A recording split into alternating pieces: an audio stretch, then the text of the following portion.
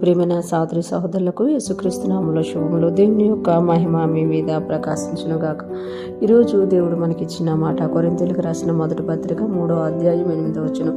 నాటువాడును నీళ్లిపోయేవాడును ఒకటే, ప్రతివాడు తాను చేసిన కష్టం కొలది జీతం పుచ్చుకొనును. ఈ మాటలు మనం కొరింథీ సంఘానికి పౌలు గారు రాస్తున్న ఉత్తరంలో చూస్తున్నట్టుగా చూడగలం. ఇక్కడ పౌలు గారు కొరింథీ సంఘానికి తెలియజేస్తూ, మీరు మనుషుల్ని ఎందుకు ఆధారం చేసుకుంటున్నారు? మీ దగ్గరికి సువార్త తీసుకొచ్చిన వారిని ఎందుకు ఆధారం చేసుకుంటున్నారు? నాటువాడిలో కానీ నీళ్ళిపోయి వాడిలో ఏమీ లేదు, కానీ సమస్తము చేయు దేవునిలోనే ఉంది అని తెలియజేస్తూ ఇక్కడ అన్నారు కదా, నాటువాడును నీళ్ళిపోయేవాడును ఒకటే అన్నారు. అంటే ఒక వ్యక్తి వచ్చి మీకు సువార్త చెప్పినప్పుడు వాళ్ళు నాటుతున్నారు, ఆ తర్వాత వచ్చిన వ్యక్తి మీకు మరలా వాక్యం చెప్పినప్పుడు వాళ్ళు నీళ్లు పోస్తున్నారు, మీరు ఎదుగుతున్నారు. ఎదిగినప్పుడు నాటబడిన వాళ్ళు నీళ్లు పోయబడిన వాళ్ళు కూడా ఒకటే. ఎందుకంటే అవసరానికి మీకు ఎప్పుడు ఏది అవసరమో అది చెప్పడానికి దేవుడి చేత పంపబడిన సేవకులమాట. అందుకే తాను చేసిన కష్టంకు ప్రతివాడు తాను చేసిన కష్టం కొలది జీతం పుచ్చుకొనును.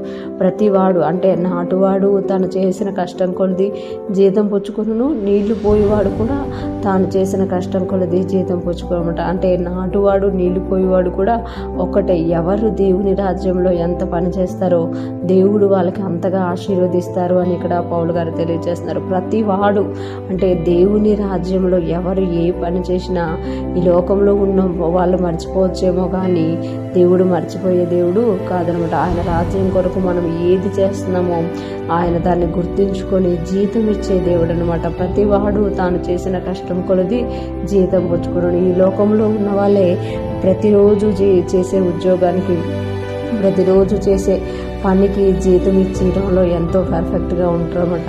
అంతకంటే మన దేవుడు గొప్పవాడు, చాలా ప్రణాళిక కలిగిన దేవుడు కనుక ఆయన కూడా మనం ఏదైతే చేస్తున్నామో దానికి జీతం ఇచ్చే దేవుడుగా ఉన్నారన్నమాట. అందుకే నాటు వేసే వారికి దేవుడు జీతం ఇస్తారు, వాళ్ళు చేసిన కష్టం కొలది. నీళ్లు పోసే వాళ్ళకి కూడా దేవుడు జీతం ఇస్తారు. ప్రతి వాడు తాను పడిన కష్టం కొలది జీతం పుచ్చుకుంటాడు. ఈరోజు ఫ్రెష్ మనం వింటున్న ప్రతి ఒక్కరు జ్ఞాపకం చేసుకోవాలి, మన జీవితాల్లో కూడా మనము నాటిన నీళ్లు పోసిన దేవుని రాజ్యం కొరకు మనం ఏది చేసినా అదంతటిని బట్టి మనకి జీతం ఉంది అని ఇక్కడ పౌలు గారు తెలియజేస్తున్నమాట.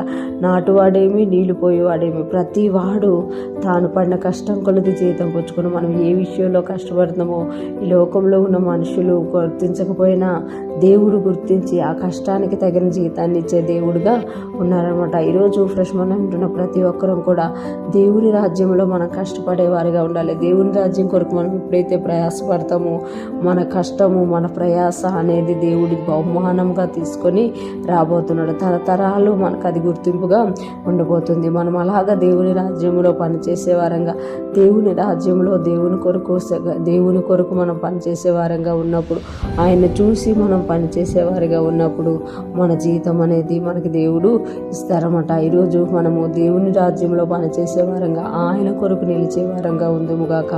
ఆయన వచ్చినప్పుడు ఆయన తీసుకొచ్చే బహుమానాలు పొందుకుందుముగాక. ఆమేన్.